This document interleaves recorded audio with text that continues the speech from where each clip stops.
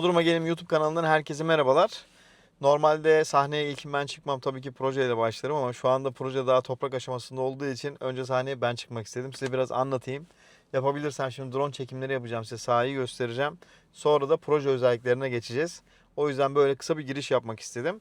Burası Konacık'ta, jandarmanın bulunduğu, Honda'nın kendi bayisinin bulunduğu tam çizgi üzerinde denize bakan pozisyonda bir proje. Burada 1+1, 2+1, 3+1 seçenekler var. Daha şu an toprak aşamasında. Ve teslim tarihine kadar vade yapabiliyor. Belki biraz daha sonrasına kadar. Böyle bir projeden almak tabii ki bu dönemde insanların çekincesinin olduğu bir eee, alan. Topraktan yer almak konusu. Fakat topraktan yer alırken eğer devletin de sözleşmesini idare ettiği, yani kontrol altında tuttuğu noter üzerinden satış vaadi sözleşmesi yapan bir proje ise bunda o kadar da korkmanıza gerek yok. Korkacak neredeyse hiçbir şey yok. Çünkü satış vaadi sözleşmesiyle sizin ödediğiniz rakamlar devlet güvencesi altında kalıyor. Aynı zamanda da projenin de size konutu teslim edip sonunda da anahtarları elinize almanızı garanti altına almaya çalışan, devletin en son bu 5-6 yıl önce yaşanan sorunlardan dolayı ortaya çıkardığı, kanunlaştırdığı bir yapı. Eğer bu şekilde satış vaadi sözleşmesiyle size topraktan yer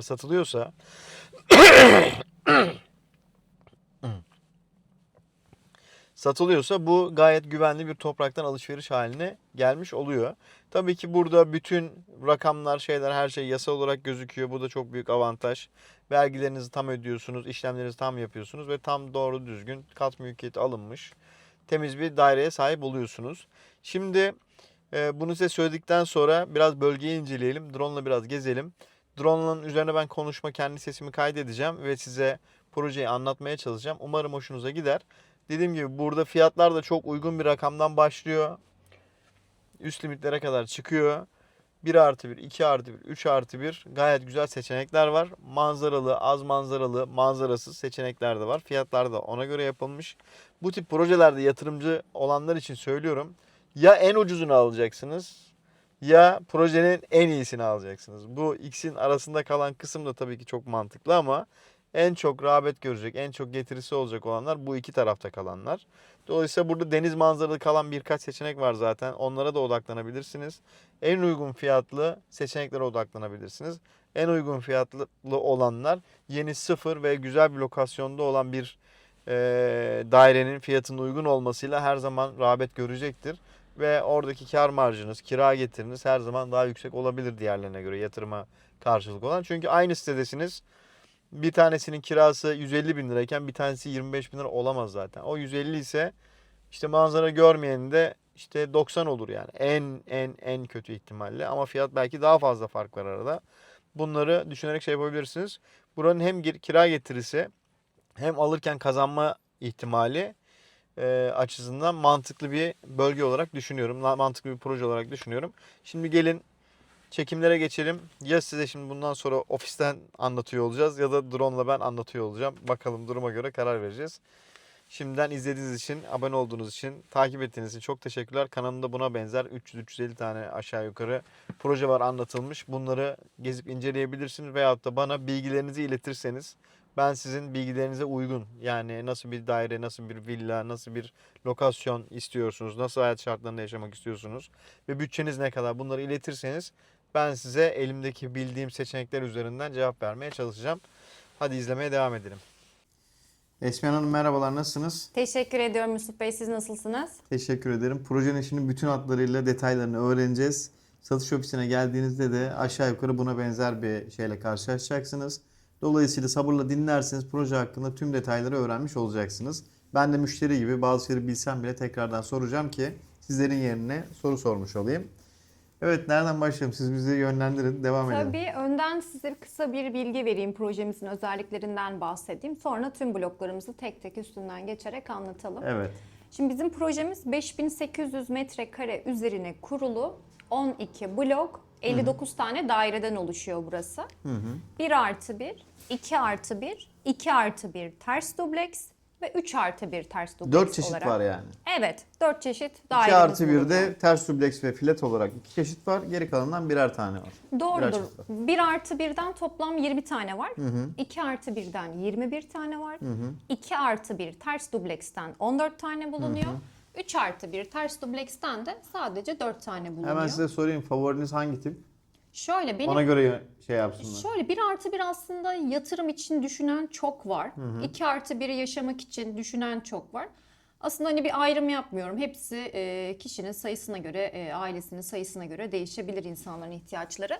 Tamam. Ama 1+1, 2+1, 3+1 de tercih edebilir tabii müşterilerimiz. Gayet güzel. Site içerisinde neler var? Açık otoparkımız var. Bodrum'un en büyük sıkıntısı zaten otopark. Kapalı otopark müşterilerimiz için çok büyük bir avantaj. Kapalı otopark bütün villalarda var mı? Şöyle örnek Pardon, veriyorum. bütün dairelerde. B bloğumda A, B, C, D bunu ortak kullanıyor. K blokta 8 araçlık var. K ve L bunu ortak kullanıyor. Açık otopark neresi için? Açık otoparkta F ve üstteki E bloğum için. 2 bloğun açık otoparkı var. Geri Evet. kalan bütün blokların kapalı, Kapalı otoparkta otopark birer var. araçlık yeri Evet, var. Doğru birer mu? araçlık yeri bulunuyor. Zaten 59 daireden 59'a oturacak diye bir şey yok. İlla ki bunun 10 tanesi yatırım için alacaktır. O yüzden otoparkla ilgili herhangi bir sıkıntı bulunmuyor. Zaten lokasyonumuz çok güzel. Her Peki yer otoparkta şarj istasyonu olacak mı? Bilginiz var mı şimdi? yok. Şu anlık yok. Tamamdır. Zaten lokasyonumuzun yeri de çok güzel. Her yere yürüme mesafesi olduğu için 12 ay yaşamada uygun. Bu da müşterilerimiz için çok büyük bir avantaj. Konumdan biraz bahsedelim isterseniz burada. Benim çektiğim birkaç drone görüntüsü var. Oradan da ben eşleştiririm görüntü olarak sizin sesinizin altını. Tabii. Lokasyon olarak Milta Marina'ya 4 dakika araçla, Avenue'um, Oasis'e de yürüme mesafesinde. Zaten marketler, toplu taşıma durakları, okul, banka hepsine de yürüme mesafesinde. Zaten lokasyonun en büyük avantajı da her yere yürüme mesafesi olması. Şimdi buradan yukarı doğru çıkıyorum.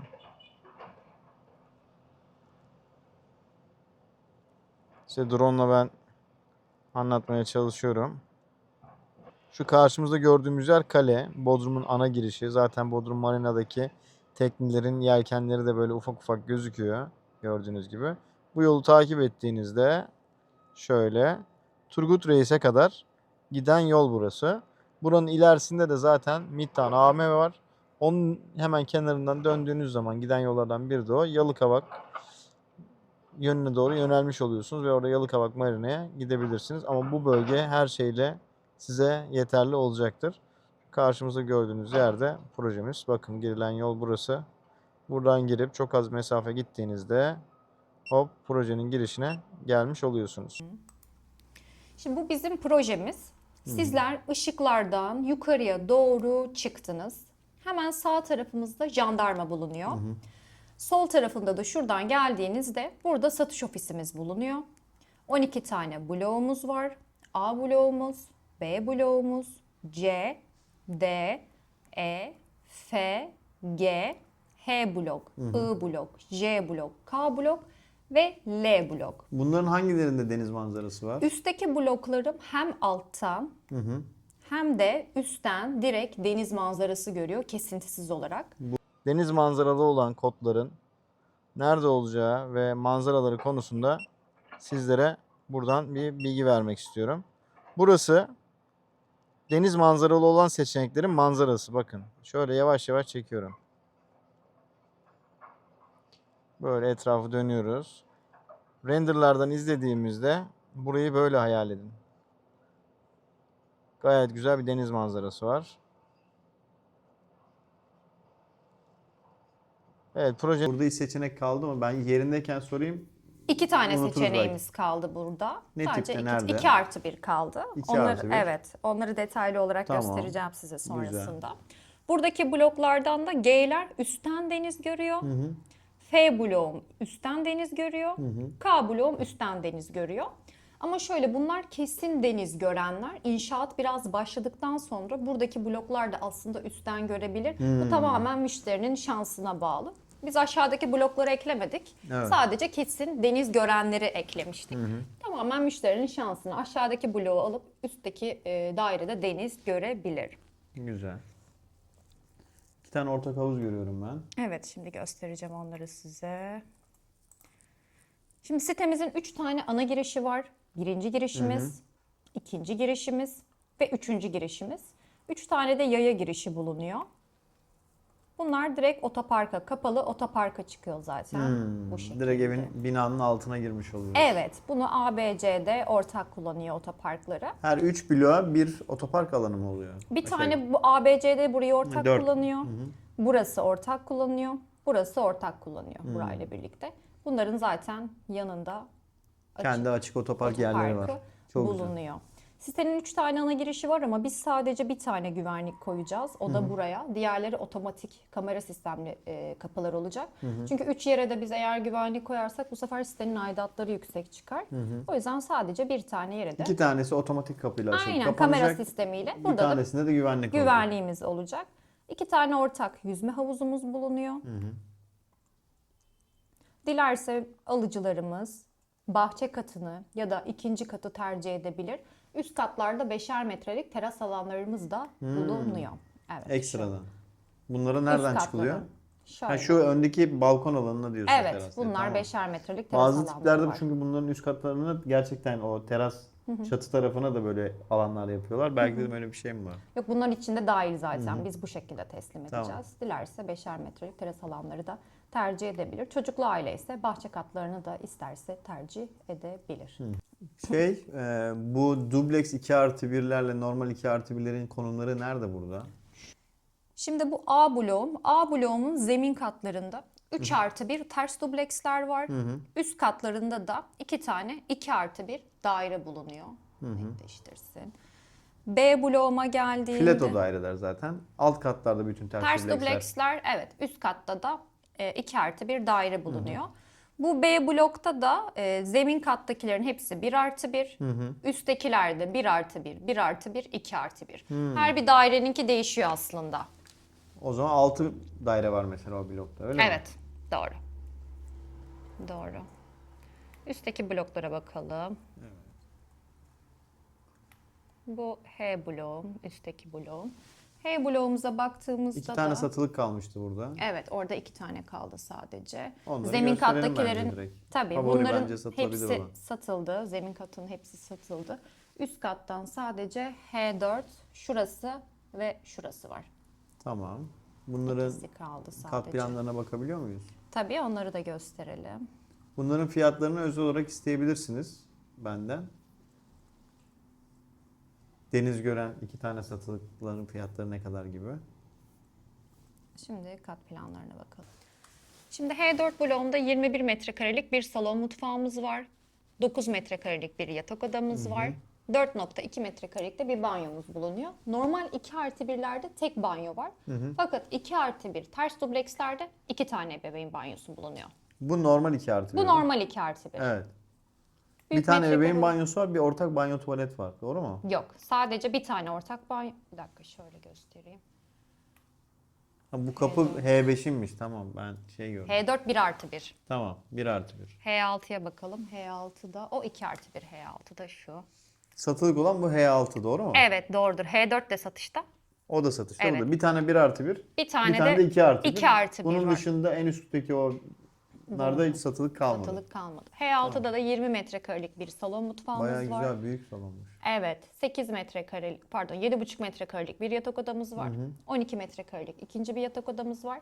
4.3 metrekarelik de bir banyomuz bulunuyor. Metrekareler değişiyor. Daha büyük metrekareli olan 2+1'lerim de var. Metrekare Banyo aralıkları terasa da- bakıyor. Güzel. Evet. Bunlar da kat planlarımız.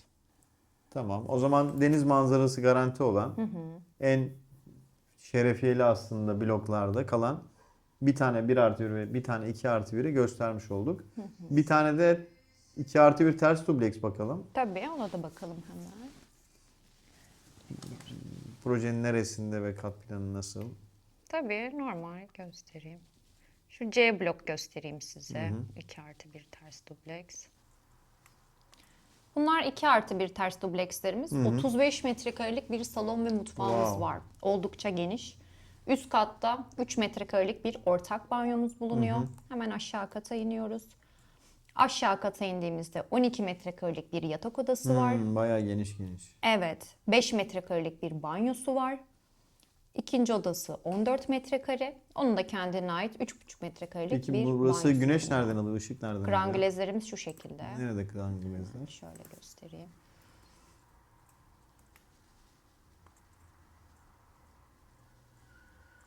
Şurada. Bir önünde bir arkasında var herhalde binanın. Evet, doğrudur. Her odaya birer tane ışık girişi şeklinde dizayn Evet, edilmiş. şeyleri de göstereyim ben size. İç render'dan da şimdi kranglezleri göstereyim.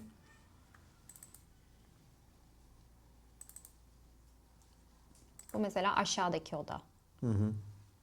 Burada bitkiler olacak. Karşısı duvar. Odada üstte sadece bir ışık pencere var. yok. O pencerenin altında da bir bahçe gibi bir şey var yani. Karşısı duvar, şurası duvar. Evet. Üstü zaten açık ışıklık Tam var. o Bir de bitki. ışık açıklığının, krangulezin büyüklüğünde bir ufak süs bahçesi gibi bir şey olmuş Evet, oluyor. doğrudur. Oldukça odalarda ışık alıyor. Banyolar da bu şekilde. Duvarlarda beyaz yapılırsa yansımayla Evet. içeri ışık bayağı bir dolar. Evet, oldukça da güzel ışık alıyor. Güzel. Peki bu evlerin içerisinde ne malzemeler kullanılacak? Zeminler nasıl olacak? Mutfaklar, ne ankastreler neler veriyorsunuz? Şöyle içerisinde sadece davlumbaz veriyoruz sizlere. Sadece set ankastre ocak davlumbaz veriyoruz. İç dekorasyon olarak üçlü ankastre seti veriyorsunuz. Doğru değil mi? Evet, doğrudur. Ocak davlumbaz. Ocak davlumbaz ve fırın olarak. İçeride gömme dolap veyahut da yatak başı gibi hiçbir aksesuarı vermiyorsunuz Vermiyorum. aslında. Fiyatlarınız da ona göre dizayn edilmiş Evet. durumda. Bu noktada bizim kendi gayrimenkul ofisimiz aynı zamanda mimarlık işleri de yapabiliyor. Aldığınız yeri biz içine istediğiniz şekilde dizayn edip size teslim edebiliriz.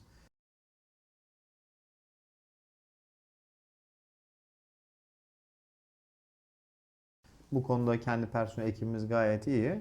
Ama proje size temiz, düzgün, duvarlara boyalı bir şekilde Tabii ki de. bir şey teslim ediyor. Teslim ediyor. Ekstra olarak gömme dolap ya da içle ilgili bir değişiklik istersen yardımcı da oluruz. Tamam, çok güzel. Şimdi burası giriş alanımız. Burası mutfağımız. 2+1 planı değil mi bu? Evet, 2+1. Burası mutfağımız. Bunlar üst bloklarım. Hem alttan hem de üstten direkt kesintisiz deniz gördüğü için salonumuz. Burası yine mutfak ve salon. Yine salonumuz. Yatak odamız. Bunlar üstteki bloklarım, deniz gören bloklarım. Peki evde akıllı ev sistemi var mı? Yok. Yerden ısıtma? Yerden ısıtmamız var. VRF Elektrikli iklimlendirme? VRF yok. Yerden ısıtmamız var. Elektrikli kombi var. Ortak jeneratörümüz var. 80 tonluk da su depomuz bulunuyor. Çok güzel. Proje şebekeye bağlı olacak mı? Evet, evet. Kanalizasyona da, su şebekesine de Evet. bağlı olacak. Güzel. Bitiş tarihleri hakkında ne düşünüyorsunuz? Projemiz 2027 sonu teslim olacak. Bir 3,5 aya örnek dairemiz çıkacak. Bu bölgede biraz inşaat sıkıntı. Etrafında da çünkü yerleşim var. Yaz ayında zaten Bodrum'da inşaat yasağı olduğu için 2027 sonunda projemiz teslim edilecek. Vadelerimiz nasıl? Bu Şimdi alım süreçte yapanlar için. müşterilerimiz %35 peşin, 24 ay vadede yapılabilir. Kendine göre bir ödeme planı da çıkarabilir. Ara ödeme, balon ödeme. Kendine göre de bir ödeme planı çıkarabilir. Evet, sizlere proje hakkında bayağı detaylı bilgiler vermeye çalıştık. Çok uzun bir video olmadı. Daha da güzel oldu. Hem sıkıcı da olmamıştır sizin için. Burada hoşunuza giden seçenekler hakkında bizden detaylı dönüş isteyebilirsiniz. Onun direkt beğendiğiniz daire üzerinde de size detaylar gönderebiliriz. Buranın dediğim gibi ödeme kolaylıkları çok iyi. Bulunduğu bölge de çok iyi. Tavsiye edeceğim bir proje olduğunu belirtmek isterim. İzlediğiniz için çok teşekkür ederim. Görüşmek dileğiyle, hoşça kalın. Bir de sizden de bir hoşça kalın alalım. Saçımı düzelteyim. Çok teşekkürler bize Ben yardımcı olduğunuz teşekkür için. ediyorum. Teşekkür ediyorum. Çok sağ olun. Görüşmek dileğiyle, hoşça kalın.